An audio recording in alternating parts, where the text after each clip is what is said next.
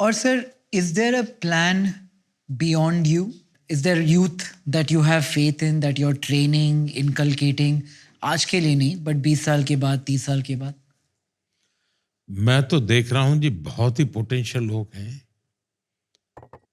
मैं जब गुजरात में था तो मैं कहता था कि मैं भाई सरकार भले चलाता हूं, लेकिन नेक्स्ट 20 इयर्स के लिए मैं लोग तैयार करके जाना चाहता हूं, और मैं वो कर रहा हूं।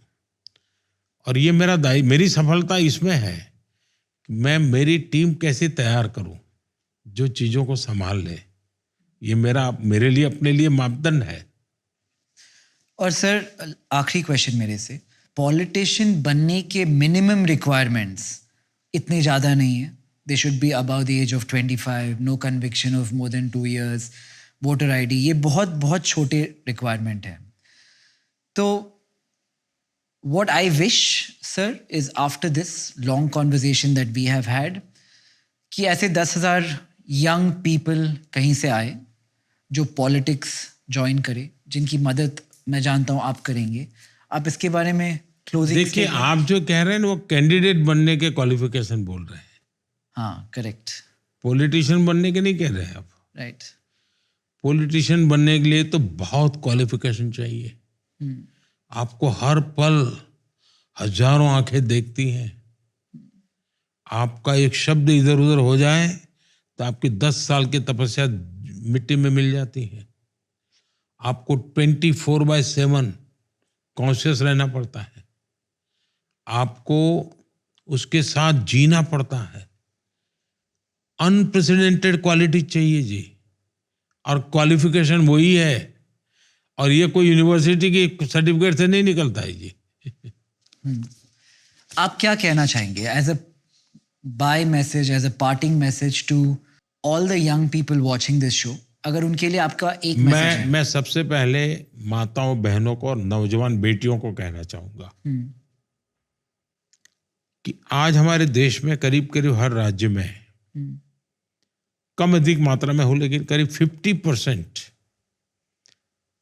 विमेन रिजर्वेशन है। पंचायत में, ग्राम प्रधान, नगर पालिका, महानगर पालिका, उन्होंने कोशिश करनी चाहिए कि सच्चे अर्थ में एक लीडरशिप के लिए ये नहीं सोचना चाहिए कि चलो भाई महिलाओं की जरूरत है इसलिए मुझे बिठा दिया है और मैं भी जी नहीं। आपने समाज को लीड करना है। पुरुषों को भी लीड करने की जरूरत है तो आपको करना है। ये मेरी माताएं, नौजवान बेटियां, ये लीडरशिप की क्वालिटी के साथ खड़ी हो जाए। ये इसलिए मैं कह रहा हूं कि बहुत ही निकट भविष्य में एमएलए और एमपी के में भी 30% रिजर्वेशन आने वाला है। उस समय हमें बहुत इस प्रकार के समूह की जरूरत पड़ेगी। तो अभी 2-4 साल का समय है।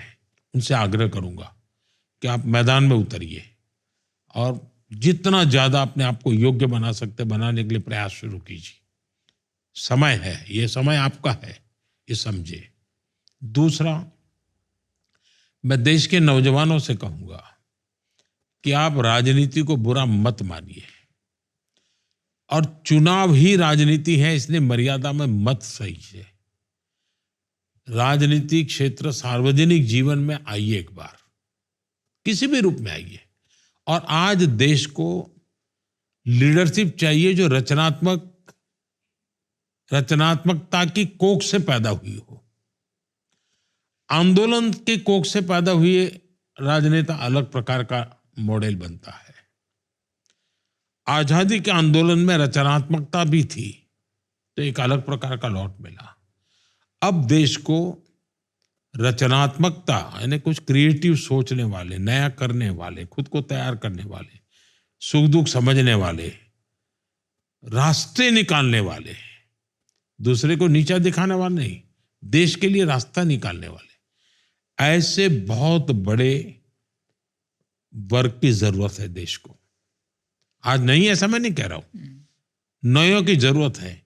और आज जो 20-25 साल का है वो अगर आगे आता है तो 2047 तक वो 40-50 का हो जाएगा।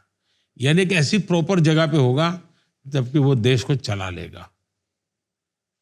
दूसरा, मैं जब ये देश के नौजवानों को कहता हूं कि आप आगे आइए, तो कुछ लोगों को लगता होगा कि मैं भाजपा का झंडा फहराना चाहता हूं। मैं देश की राजनीति की बात कर रहा हूं।